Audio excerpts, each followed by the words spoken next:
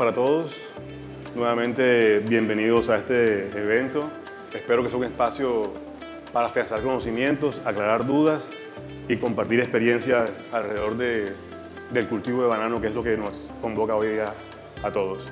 Vamos a hablar un poco hoy de lo que es la experiencia nuestra en Tecbaco y Agrobit en el uso de tecnologías para el uso eficiente del agua con fines agrícolas.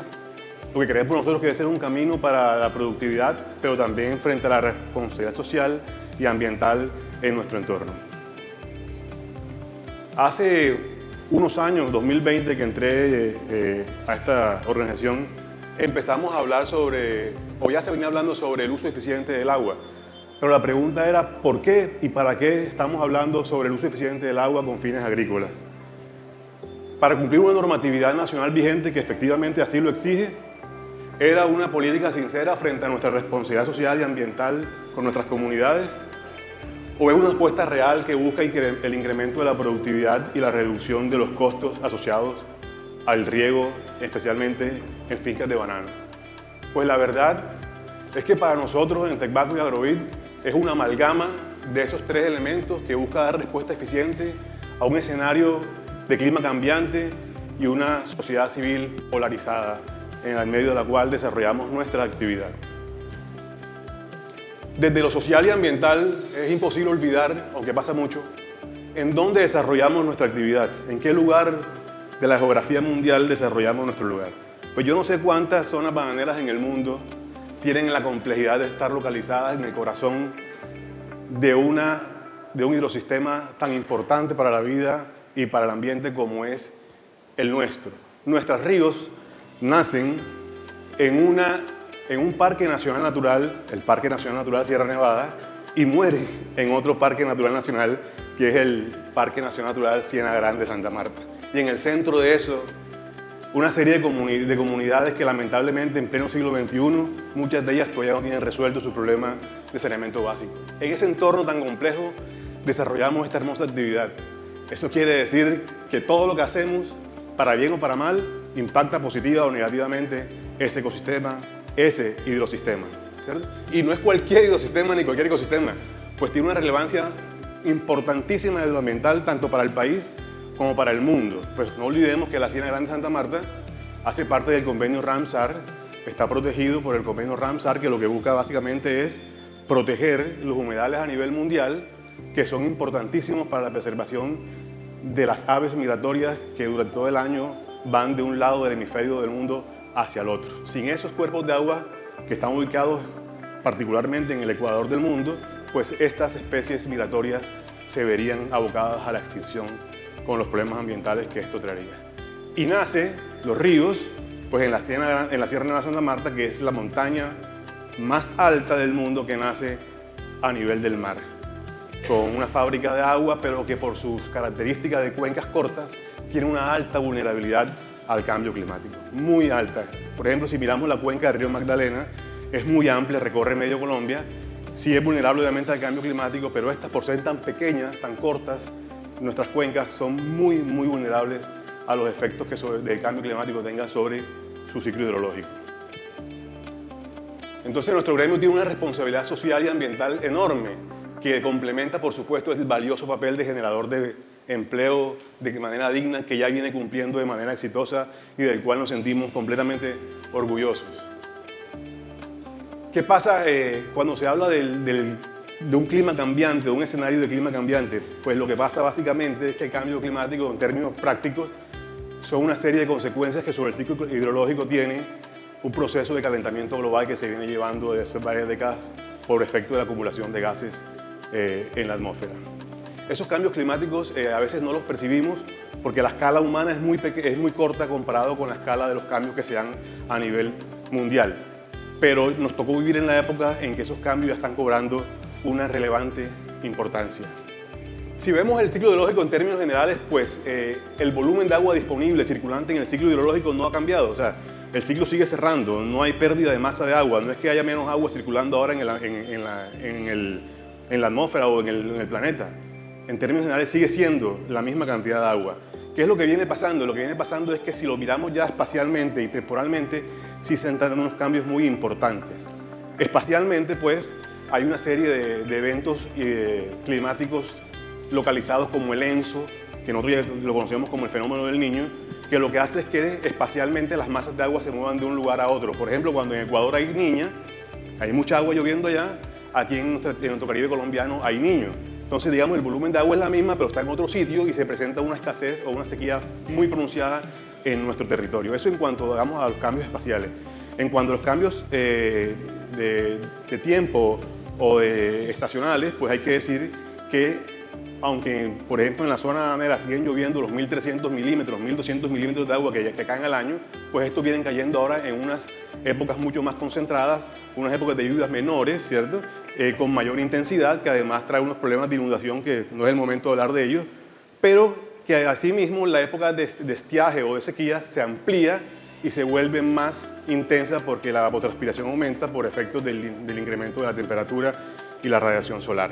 Entonces estamos en un escenario complejo donde se nos están aumentando los periodos de sequía y la intensidad de la misma.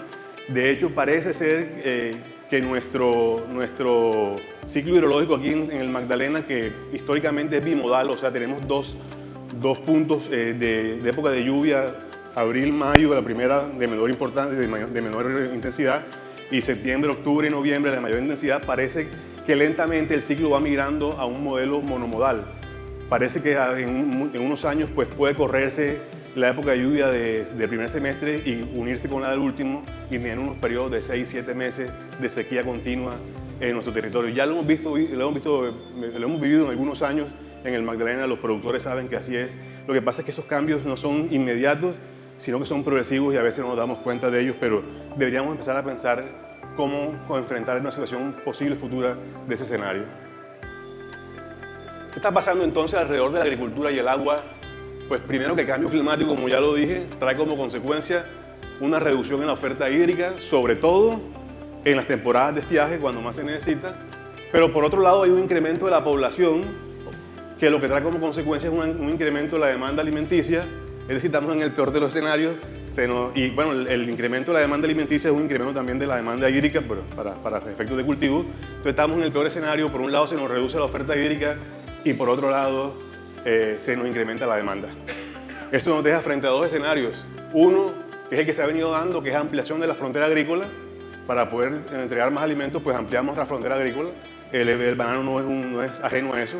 Ha venido pasando en la zona nuestra y en todas las zonas bananeras. Y el otro camino, pues, es la optimización de la productividad. Esos dos caminos no tienen que ser, digamos, excluyentes. Por el contrario, deberían ser caminos que vayan juntos. Podemos ampliar de manera controlada la frontera agrícola, pero hacer un esfuerzo importante, ingente, en la optimización de la productividad para disminuir el impacto o la huella de nuestra frontera agrícola. Entonces, ¿qué ha pasado? Pues miremos entonces un vistazo al agua en el mundo. Pues resulta que de toda el agua disponible en el mundo, solamente el 3% es agua dulce. El 3% del agua del mundo es agua dulce. Pero de ese 3%, el 69% está concentrada en los glaciares y en el polo, o sea que no son agua disponible para riego, y menos para nuestras latitudes. El 30% es agua subterránea que bien puede ser usada y se viene usando como fuente para riego, pero que tiene unas limitaciones en cuanto a calidad y cantidad que todos los conocemos frente a los cultivos de banano y cualquier otro cultivo. Y solamente menos del 1% es agua dulce disponible superficial en ríos y lagos, es la que usamos para todas las actividades del ser humano. ¿Y cuáles son esas actividades? Si ven la gráfica de al lado, pues entre el 50 y el 70% del agua que la humanidad utiliza, la utiliza para fines agrícolas. Mientras que la parte, digamos, municipal o de consumo humano alcanza escasamente el 10%. O sea que tenemos un uso importante del recurso hídrico para fines agrícolas.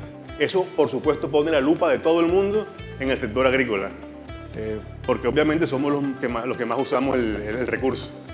Y si acercamos la visual un poquito más, pues vemos que a nivel mundial Colombia es de los países que más usa agua al año per cápita, y eso tiene varias razones. La primera razón es que, por supuesto, alrededor de un 22% de esa agua se usa para producción energética, para producción de energía, lo cual no está mal porque es un uso limpio del agua y de hecho esa agua no se extrae de la fuente, sino que se saca, pero se pasa por la producción y nuevamente regresa a la fuente hídrica.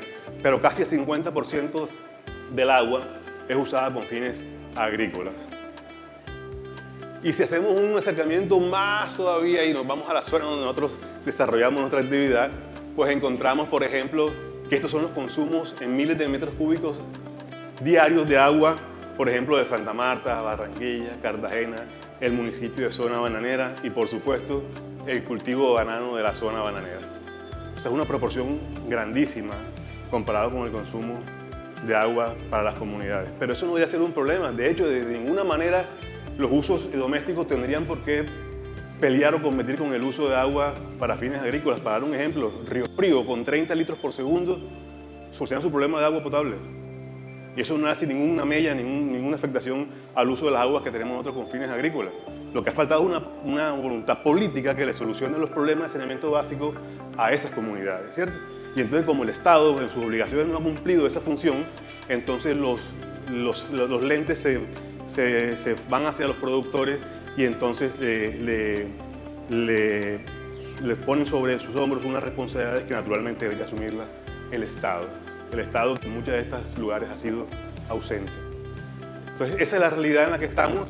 Es menos del 1% del agua, son 22 litros por segundo Río Frío o 25 litros por segundo Río Frío, pero el Río Frío, en el peor de los casos, lleva 4 metros cúbicos por segundo, o sea, 4.000 litros por segundo.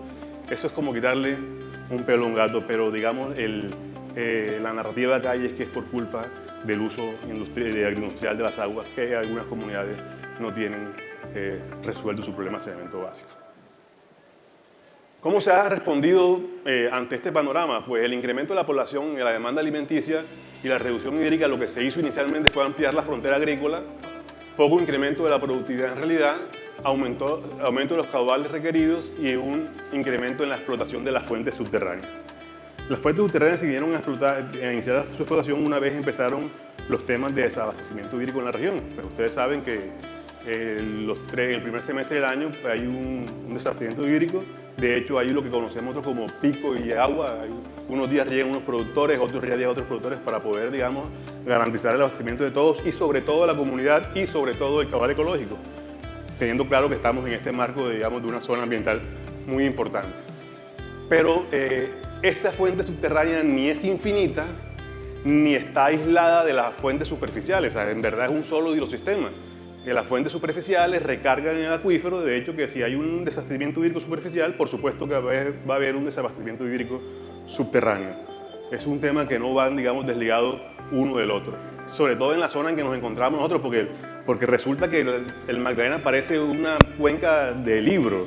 O sea, tenemos la montaña, tenemos la Ciénaga Grande y tenemos el mar ahí al lado. Entonces, cualquier sobreexplotación del manto acuífero lo que hace es una intrusión de la cuña salina que trae como consecuencia que se saliniza el suelo, se pierde el suelo, pero también se daña el acuífero. Es muy difícil, digamos, retroceder un proceso de salinización del acuífero y del suelo. Es muy, muy complicado. Eso, pues, entonces, yo concluyo que los cambios que experimenta este mundo en términos de demanda alimenticia y oferta hídrica obliga a repensar las costumbres de uso de agua para fines agrícolas. No hay más nada que hacer. No hay más nada que hacer y el cambio climático nos lleva a eso en todas las aristas de la vida humana, en todas. En el manejo del riego por inundación, el uso de cultivo, el uso del agua, todo. Es transversal el cambio climático a todos esos elementos. Y el cambio climático, pues, es una realidad que está aquí para quedarse, aunque algunas personas digan que es mentira. Pues, es verdad y no se va a ir y ya está aquí y llegó a un punto de irreversibilidad además que es lo más complejo. La otra aproximación sería que frente al incremento de la población de la demanda y de la demanda alimenticia es el incremento de la productividad con baja expansión de la frontera agrícola mediante la agricultura de precisión, el mayor cuidado de la fruta para reducción de merma y la aplicación de fertilización por riego, o lo que se llama el fertirriego. Y frente a la reducción de la oferta hídrica, pues optimización de los sistemas de riego, reducción de los consumos de agua mediante la renovación de los sistemas de riego, utilización de sistemas de riego localizados de alta frecuencia, normalmente el goteo, y el monitoreo de tiempo real de la humedad del suelo como insumo principal para la administración del riego. En 2020, cuando empezamos este proceso en Tecbaco, encontramos una cantidad de fincas que tenían sistemas de riego muy viejos, de 60, 50 aspersores por hectárea. Eran sistemas que tenían aspersores por impacto, que aplicaban alrededor de 3,3 milímetros por hora de lámina, y empezamos a hacer un cambio por nuevas tecnologías de aspersores que no son de impacto y que se conocen como cobertura total, esos aspersores permitieron subir la uniformidad del 60 a casi el 93% y casi duplicar la lámina de aplicación. Ese fue el primer paso que dimos en este camino, que a veces es tortuoso, de ser más responsables con el agua, ¿cierto? El escenario real fue que una vez esos sistemas se arreglaron, con quienes lo usaban en campo, los trabajadores, nuestros colaboradores, socializamos la nueva forma de regar, los parámetros de riego. Sin embargo, de forma inconsciente, en el tiempo se van perdiendo las cosas y se siguió regando o sigue regando como se hacía antes. Se mantuvieron en algunos casos tiempos de riego como los anteriores, a pesar de que la lámina de agua había casi duplicado. Y eso pues inicialmente trajo un incremento en la productividad, pero más que por la mejor aplicación del riego, fue por el incremento de la uniformidad. Pero en mediano plazo se notó un descenso nuevamente porque el sobreriego empezaba, ya no es mi campo, no soy agrónomo, pero empezaba a afectar la zona radicular y todo lo demás de la plantación y se empezó a notar una reducción de la productividad. Pero en el 2024 hicimos una prueba piloto, una finca que se llama San Alfredo, le pusimos sensores de humedad, ¿cierto? Y empezamos a controlar el riego con ese elemento de monitoreo tiempo real de los sensores de humedad. Y pues la conclusión o lo que aprendimos fue que ese de rojo o salmón, no sé qué color es ese de arriba es una finca que no tiene monitoreo de humedad, y la de abajo sí, eso es del año 2024. Y entonces miren la diferencia en el consumo energético de kilovatios hora, por hectárea, perdón, en la finca que controlábamos y en la que no controlábamos. Es decir, nosotros habíamos cambiado de tecnología de riego a una tecnología vieja a una nueva, pero no habíamos sido capaces de lograr el cambio de pensamiento de quienes estaban ejecutando el riego, ¿cierto? Y todas esas actividades son ejecutadas por seres humanos. Y a veces es muy difícil decirle a una persona que lleva 30 años haciendo una actividad que la estaba haciendo mal o que tiene que hacerla diferente ahora. Eso no es fácil, que ese chip cambie, ¿cierto? A veces incluso cambiar la persona porque no pueden cambiar la mentalidad. Esta es la realidad. Entonces, pero lo aprendimos con algún golpe, pero se aprendió que es lo importante.